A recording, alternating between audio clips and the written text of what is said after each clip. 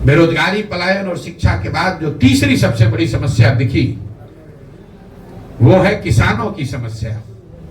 बिहार का जो किसान है वो बदहाल है। हम लोग यहां से बैठकर पंजाब और हरियाणा के किसान की बात करते हैं। बिहार में जो खेती है ये कमाने का जरिया नहीं है। आप गांव देहात में सुनते होंगे, लोग कहता है कि भैया रोपनी करने आए हैं, कमाने के लिए लुधियाना जाएंगे। इस लाइन को ध्यान से सुनिए। लोग क्या कहते हैं कि हम रोपनी करने आए हैं, कटिया करने आए हैं, लेकिन कमाने के लिए लुधियाना जाएंगे, कोयम्बटूर जाएंगे। क्यों? क्योंकि उसको भी मालूम है कि खेती से कमाई नहीं है। यहाँ खेती खाने का जरिया है, कमाने का जरिया नहीं है। खेती की जो बदहाली है यहाँ, उसके 3 कारण है। पहला कारण है बिहार में भूमि सुधार का लागू न होना। बिहार में समाजवाद की राजनीति हुई है, सामाजिक न्याय का नारा लगा है, लेकिन आपके जानकारी के लिए बता रहा हूं, यहाँ 75 वर्ष में बिहार देश के उन चंद राज्यों में है जहां भूमि सुधार को लेकर कोई काम नहीं किया गया। नतीजा ये हुआ कि करीब करीब 1/3 जमीन, इसको याद रखिए, 1/3 जमीन का मालिकाना हक बिहार में डिस्प्यूटेड है। लोगों को पता ही नहीं है कि जमीन का मालिक है कौन। जो मालिक है वो कहीं ना कहीं उसके जमीन के कागज में दिक्कत है, उसका रसीद नहीं कट रहा है, उस पर उसको लोन नहीं मिल रहा है, उसको बेच नहीं सकता है, तो जमीन की प्रोडक्टिविटी कम हो गई। दूसरी जो बड़ी समस्या है, और अभी सरकार ने जो सर्वे का काम शुरू किया है, अभी मैं आपको एक भविष्यवाणी कर देता हूं, 6 महीना में ये जमीन के सर्वे से इतना समाज में भूचाल बवाल खड़ा होना है, क्योंकि जो भ्रष्ट व्यवस्था है, पूरा जो राजस्व भूमि सुधार का विभाग है, उसके पास ना सुविधा है, ना उनके पास संसाधन है, ना उनके पास ज्ञान है। पूरी जो राजस्व की व्यवस्था है, एक अंचलाधिकारी, उसके साथ 2-3 कर्मचारी, और उस कर्मचारी के साथ जुड़े हुए 5-7 अटर्नी जो कि विशुद्ध तौर पर दलाल हैं, यही लोग चला रहे हैं। आप अंदाजा लगाइए कि जब जमीनों का सर्वे किया जा रहा है, इसमें कितने बड़े पैमाने पर हेर फेर और गलती होगी, और इससे समाज के कितने लोगों को परेशानी होगी। आप देखिएगा, अगले साल मार्च आते आते बिहार के हर गांव में सैकड़ों लोग अपनी जमीन के मालिकाना हक को लेकर अदालतों के और सरकारी अफसरों के पीछे, ऑफिसों के में चक्कर लगाते नजर आएंगे। ये बड़ा मुद्दा बिहार में बनने वाला है। दूसरी जो किसानों की समस्या है वो जल का कुप्रबंधन। यहाँ जो विभाग है उसका नाम है जल संसाधन। ये सबसे ज्यादा लूट वाला विभाग है। आप लोग को बता देते हैं, बिहार में हर विभाग में चोरी है, कोई ऐसा विभाग नहीं जहां चोरी नहीं है, लेकिन जल संसाधन से ज्यादा चोरी कहीं नहीं है। अगर आपको एक मजाक की बात बता देता हूं, यहाँ गठबंधन का सरकार चलता है, सब विभाग का बंटवारा होता है, लेकिन जल संसाधन का बंटवारा आज तक नहीं हुआ है। जो मुख्यमंत्री रहता है उसी के पास जल संसाधन रहता है। क्यों? दूसरे विभाग में चोरी कीजिएगा तो उसका कुछ निशान पीछे छूट सकता है, पकड़ में आ सकता है।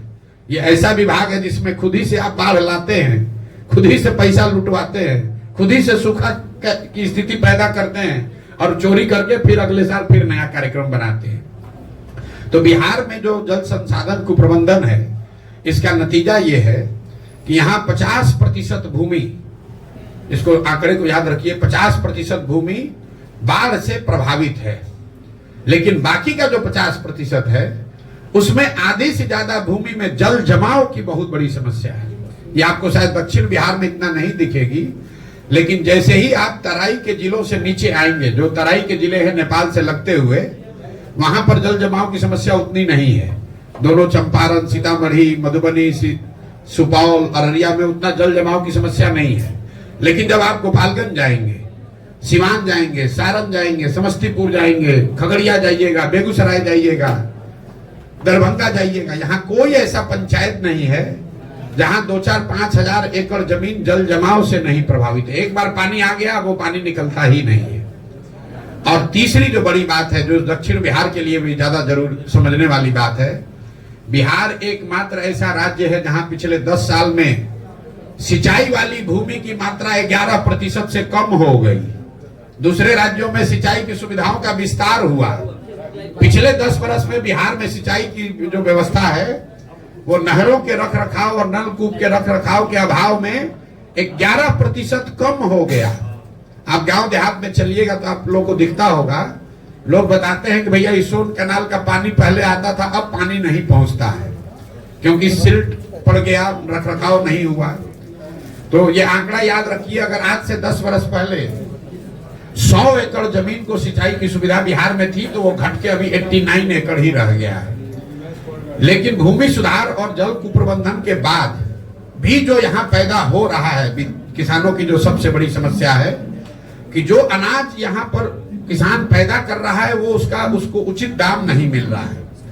एक आर्थिक सर्वेक्षण बताता है कि बिहार में किसान जो पैदा कर रहे हैं उसका उचित दाम न मिलने की वजह से बिहार के किसानों को हर साल, इसको याद रखिए, प्रति वर्ष 15 से 20 हजार करोड़ रुपए का नुकसान हो रहा है।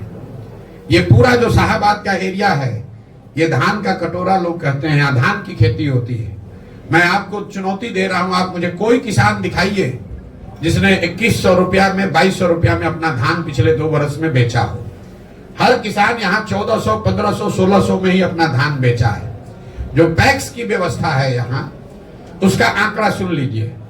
हम लोग कहते हैं कि पंजाब में, हरियाणा में किसान बहुत धनी है। भैया पिछले 10 वर्ष में पंजाब में 70% धान और करीब करीब 75% गेहूं सरकारी समर्थन मूल्य पर सरकार के एजेंसियों के द्वारा खरीदा गया है। बिहार में पिछले 10 वर्ष में 13% धान, याद रखिए 13% धान और 1% गेहूं ही सरकारी एजेंसियों के द्वारा, पैक्स के द्वारा सरकारी समर्थन मूल्य पर खरीदा गया है। तो 2000 का धान जब किसान 1400-1500 में बेचेगा तो स्वाभाविक है कि उसको नुकसान होगा ही होगा। तो ये किसानों की जो 3 बड़ी समस्या है, भूमि सुधार का लागू न होना, जिसकी वजह से भूमि की, जमीन की प्रोडक्टिविटी और उसमें इन्वेस्टमेंट कम हो रहा है, दूसरा जल का कुप्रबंधन और तीसरा फसलों के दाम का न मिलना।